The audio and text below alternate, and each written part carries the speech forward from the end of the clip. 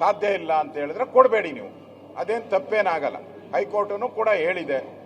ರಾಜ್ಯ ಸರ್ಕಾರ ಇದನ್ನ ರಾಜಕೀಯ ಗಾಳವಾಗಿ ಬಳಸ್ಕೊತಾ ಇದೆ. ಇದನ್ನ ಉಪಯೋಗ ಮಾಡಿಕೊಂಡು ಮುಂದಿನ ದಿನದಲ್ಲಿ ರಾಜ್ಯದ ಜನತೆಗೆ ಕಿರುಕುಳ ಕೊಡಕ್ಕೆ ಈಗ ಸರ್ಕಾರ ಪಾಪರ್ ಔಟ್ ಇದೆ.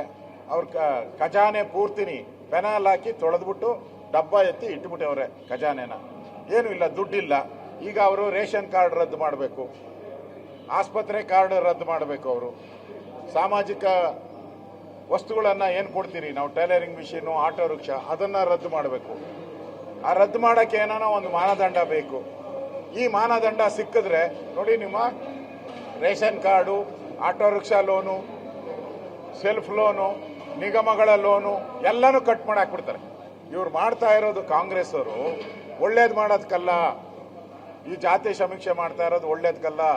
ಮುಂದೆ ನಿಮ್ಮ ಏನೇನು ಸರ್ಕಾರದಿಂದ ಫ್ರೀಗಳು ಬರ್ತದೆ ಅದಕ್ಕೆಲ್ಲ ಕತ್ತರಿ cut cut cut cut cut censor cut ಹೊಡೆದಂಗೆ ಹೊಡಿತಾರೆ. ಇದು ರಾಜ್ಯ ಸರ್ಕಾರದಲ್ಲಿ ಪಾಪರ್ ಆಗಿರೋದಕ್ಕೆ ಮುಂದಿನ ಬಡ್ಜೆಟ್ಟಲ್ಲಿ ಅವರಿಗೆ ಸುಮಾರು 1.5 ಲಕ್ಷ ಕೋಟಿ ಸಾಲ ಮಾಡಬೇಕಾದಂಥ ಪರಿಸ್ಥಿತಿ ನಿರ್ಮಾಣ ಆಗಿದೆ. ಈ ಫೈನಾನ್ಸ್ ಡಿಪಾರ್ಟ್ಮೆಂಟ್ ಅವರು ಕಳೆದ 2.5 ವರ್ಷದಲ್ಲಿ ಒಂದು ಅಪಾಯಿಂಟ್ಮೆಂಟು ಮಾಡಿಲ್ಲ, ಯಾವುದೇ ಅಪಾಯಿಂಟ್ಮೆಂಟ್ಗಳು ಮಾಡಿಲ್ಲ. ಕ್ಲರ್ಕಿಂದ ಹಿಡಿದು P1 ಇಂದ ಹಿಡಿದು ಎಲ್ಲಿ DC ವರೆಗೂ ಯಾವುದೇ ಅಪಾಯಿಂಟ್ಮೆಂಟನ್ನು ಬ್ಯಾನ್ ಮಾಡಿಬಿಟ್ಟಿದ್ದಾರೆ. ಫೈನಾನ್ಸ್ ಡಿಪಾರ್ಟ್ಮೆಂಟ್ ಬ್ಯಾನ್ ಮಾಡಿಬಿಟ್ಟಿದ್ದಾರೆ, ಯಾಕೆಂದರೆ ದುಡ್ಡಿಲ್ಲ. ಮುಂದಿನ ಬಡ್ಜೆಟ್ಟು ಸಿದ್ದರಾಮಯ್ಯನವರಿಗೆ ಅದೊಂಥರ ಕಗ್ಗಂಟೆ ಆಗೋಟಿದೆ, ಏನೋ ಕಬ್ಬಿಣದ ಕಡಲೆ ಅವ್ರಿಗೆ. ಈಗ ಅದಕ್ಕೆ ಈ ಫ್ರೀಗಳನ್ನು ಕಡಿಮೆ ಮಾಡಿಕೊಂಡು ಒಂದು 20,000 ಕೋಟಿನ ಫ್ರೀಯಿಂದ ತೆಗಿಬೇಕು ಅನ್ನೋ ದೃಷ್ಟಿಯಲ್ಲಿ ಇಟ್ಕೊಂಡು ಅವರು ಈ ಒಂದು ಜಾತಿ ಸಮೀಕ್ಷೆಯನ್ನು ಮಾಡ್ತಾ ಇದ್ದಾರೆ. ಇದು ಸಾಮಾಜಿಕ ಶೈಕ್ಷಣಿಕ ಸಮಿತಿ ಅಲ್ಲ, ಸಿದ್ದರಾಮಯ್ಯನವರ ಜಾತಿ ಸಮೀಕ್ಷೆ ಇದು. ಇದರಲ್ಲಿ ನಿಮ್ಮ ವೈಯಕ್ತಿಕ ವಿಚಾರಗಳನ್ನು ಎಲ್ಲ ತಗೊಂಡು ನಿಮಗೆ ನಾಮ ಹಾಕ್ತಾರೆ.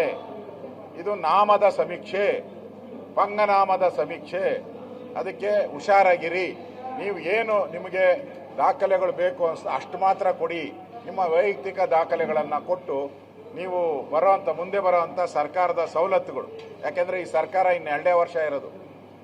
ಈ 2 ವರ್ಷ ಆದಮೇಲೆ ಔಟ್ ಗೋಯಿಂಗ್ ಸರ್ಕಾರ ಮುಗ್ದೋತಾ ಇದೆ. ಅವಾಗ ಮುಂದೆ ಬರೆದ ಸರ್ಕಾರದಲ್ಲೂ ನಿಮಗೆ ಸವಲತ್ತುಗಳು ಸರಿಯಾಗಿ ಸಿಗಬೇಕು ಅಂದರೆ ನೀವು ಹುಷಾರಾಗಿ ನಿಮ್ಮ ಮಾಹಿತಿಯನ್ನು ಕೊಡಿ ಅನ್ನೋ ಒಂದು ಮಾತನ್ನು ರಾಜ್ಯದ ಜನತೆಗೆ ಕೈ ಮುಗಿದು ವಿನಂತಿಯನ್ನು ಮಾಡ್ತೀನಿ.